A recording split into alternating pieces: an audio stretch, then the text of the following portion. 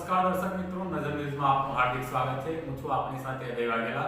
વાત કરીએ આજના મહત્વના સમાચારોની તો કોરોના વાયરસની મહામારીના સંક્રમણથી ગુજરાત રાજ્યના જિલ્લા અને તાલુકામાં તમામ ક્ષેત્રે વર્ગ અને સિનિયર સિટીઝન સાથે બાળકો પણ બાકાત રહ્યા નથી। કોરોનાગ્રસ્ત દર્દીઓનો આંકડો અત્યંત તેજ ગતિએ વધી રહ્યો છે અને પોઝિટિવ દર્દીઓ ટપોટપ મોતના મુખમાં ધકેલાઈ રહ્યા છે। તેમ છતાં પાદરા શહેરમાં આવેલી શાક માર્કેટમાં સોશિયલ ડિસ્ટન્સના ધજાગરા જોવા મળી રહ્યા છે।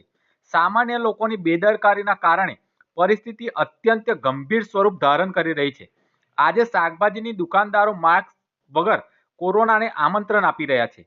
પાદરા શાક માર્કેટમાં અત્યાર સુધી સૌથી વધુ કેસ આવ્યા હોવા છતાં પણ શાક માર્કેટમાં થતી ભીડ અને લોકોમાં હજુ જાગૃતિ નહીં આવતા તેમજ હજુ સુધી લોકોમાં કોઈ પણ જાતનો ડર જોવા મળતો ન હોવાનું જોવા મળી રહ્યું છે।